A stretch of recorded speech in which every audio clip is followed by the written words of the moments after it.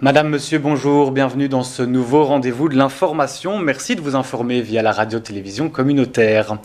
L'absence de passerelle fonctionnelle sur la route nationale 1 entre l'aéroport et Rufisque expose les usagers à de graves accidents, souvent mortels. Face à ce danger, les populations vivant le long de cet axe demandent la réinstallation de ces infrastructures pour sécuriser les piétons, en particulier les enfants. Un reportage signé Lamine Goudiaby. L'absence de passerelle sur la route nationale 1, notamment entre Yoff et Keur Mbaye Fall, constitue un problème majeur de sécurité routière. Les infrastructures qui y étaient installées ont été démontées depuis plusieurs mois. Cette situation a entraîné une augmentation notable des accidents, parfois mortels, impliquant des piétons tentant de traverser la route. Des chocs dangereux qui sont causés par l'absence de passerelles sur la route. Les passerelles qui étaient là sont tous enlevées depuis des mois. C'est pour cela que nous demandons la réhabilitation de ces passerelles pour permettre aux gens de traverser en toute sécurité.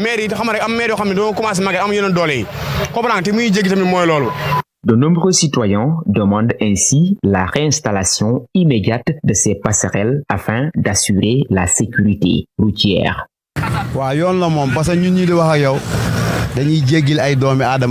C'est ce qui est normal, parce qu'il arrive des moments que j'aide des personnes à traverser. C'est pour cela que l'État doit installer une passerelle ici, parce que c'est une question de sécurité. Donc les passerelles sont la seule solution.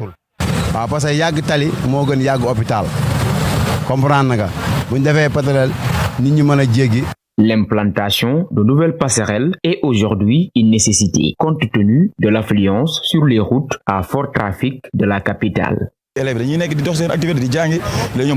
Apparemment, avec l'école, les élèves traversent la route tout le temps. Donc, l'absence de passerelle est un grand risque. Parce que souvent, quand nous doublons une voiture, nous ne pouvons pas les voir. Je pense que c'est mieux de construire des passerelles dans les lieux appropriés. Car je trouve plus facile de construire une passerelle que de construire un pont. Dans l'attente de la réhabilitation ou de l'implantation des passerelles, les Dakarois doivent redoubler de vigilance et adopter des comportements sécuritaires sur les routes afin d'éviter des accidents. Toutefois, la réimplantation de ces infrastructures doit être priorisée dans les zones les plus fréquentées.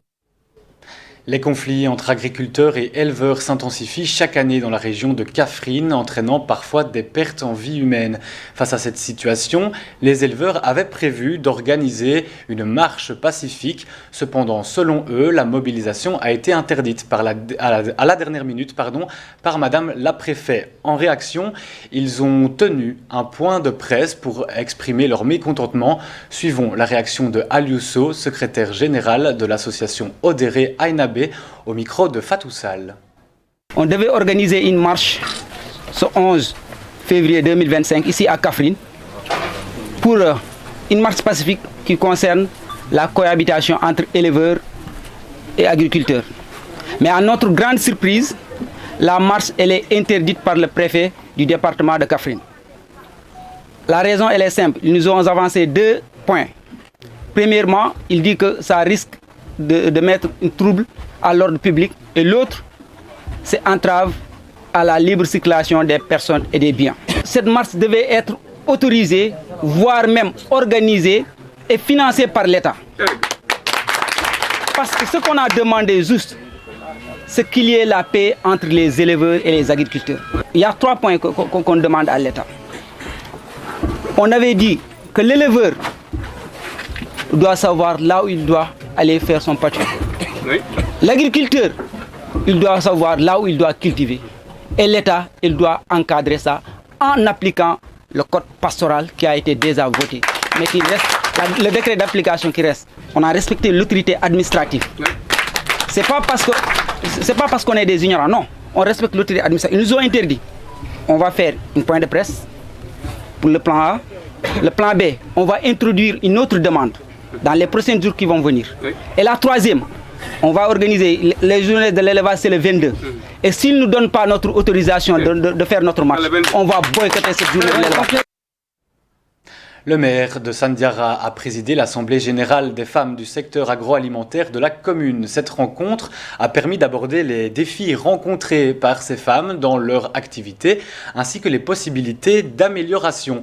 Lors de son discours, Aliou Niang a promis de faciliter l'accès aux pôles de développement et d'organiser des formations pour renforcer les compétences techniques et entrepreneuriales des femmes dans ce secteur. Ces propos sont recueillis par Pape Kairé. Nous sommes aujourd'hui dans un contexte de recherche de souveraineté alimentaire et je pense que nous ne pouvons pas laisser en rade les femmes qui représentent une partie importante de la population.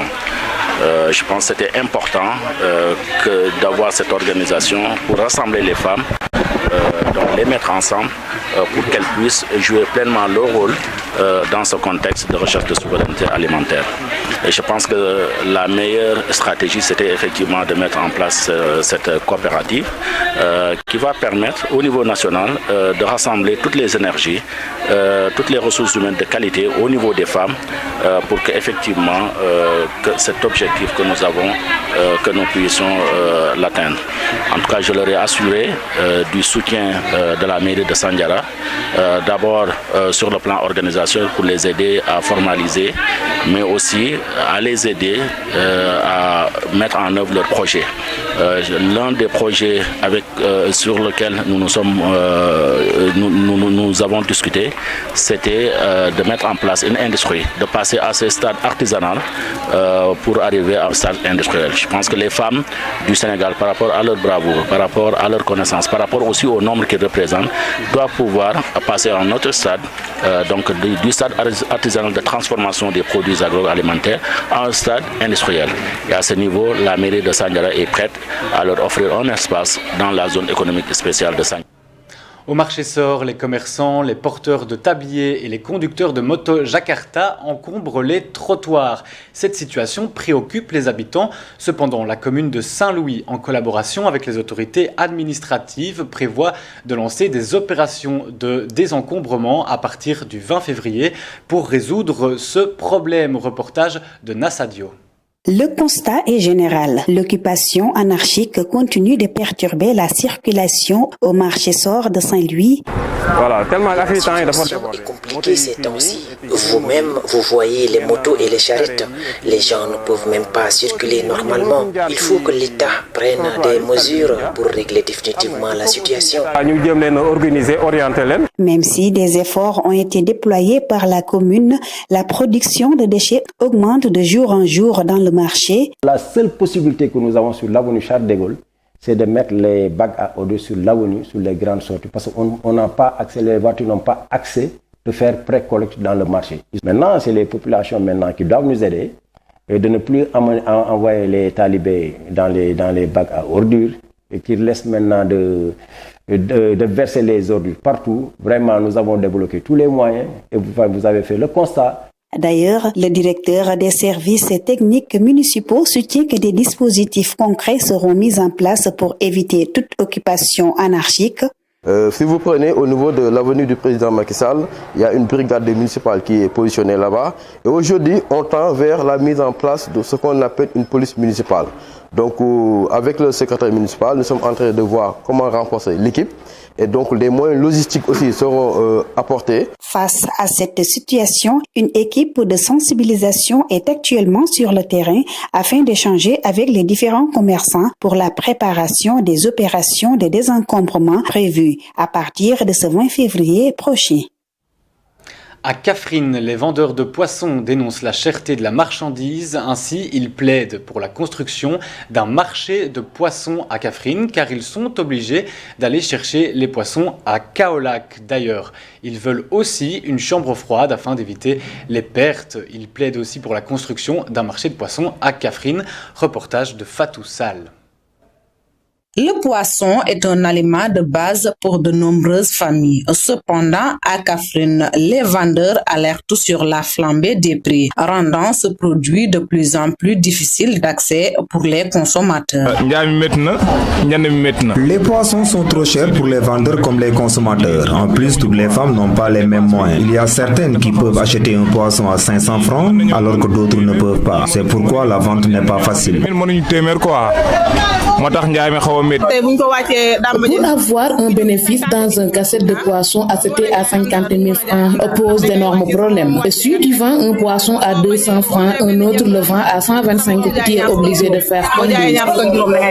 Selon eux, l'absence d'un circuit d'approvisionnement local entraîne des coûts de transport élevés, ce qui impacte directement le prix de vente. On se réveille 3 heures du matin pour aller à Kaola, mais ces poissons sont trop chers là-bas. C'est pourquoi une fois à Kaffrine, Une fois arrivés dans le marché, leurs propriétaires essayent de gagner quelque chose. Nous aussi souhaitons aussi d'en avoir un bénéfice. Pour remédier à cette situation, ils plaident pour la création d'un marché de poissons dédié à Kaffrine. Si nous détenons un marché poisson, cela allait nous faciliter le travail. Dans ce cas, nous n'irons pas chercher les poissons ailleurs. Ce que nous allons chercher ailleurs, si nous l'avons ici, ce serait mieux parce que c'est pas facile de se réveiller chaque matin. Le transport aussi pose problème. Ils dénoncent également l'absence d'une chambre froide qui les expose à des pertes importantes faute de moyens de conservation adaptés. Ainsi, ils interpellent les autorités locales afin d'améliorer la filière poissonnière et de rendre le poisson plus abordable pour la population. Voilà qui referme cette édition. Merci beaucoup de l'avoir suivi. L'actualité continue sur la première chaîne d'info communautaire du Sénégal. Au revoir.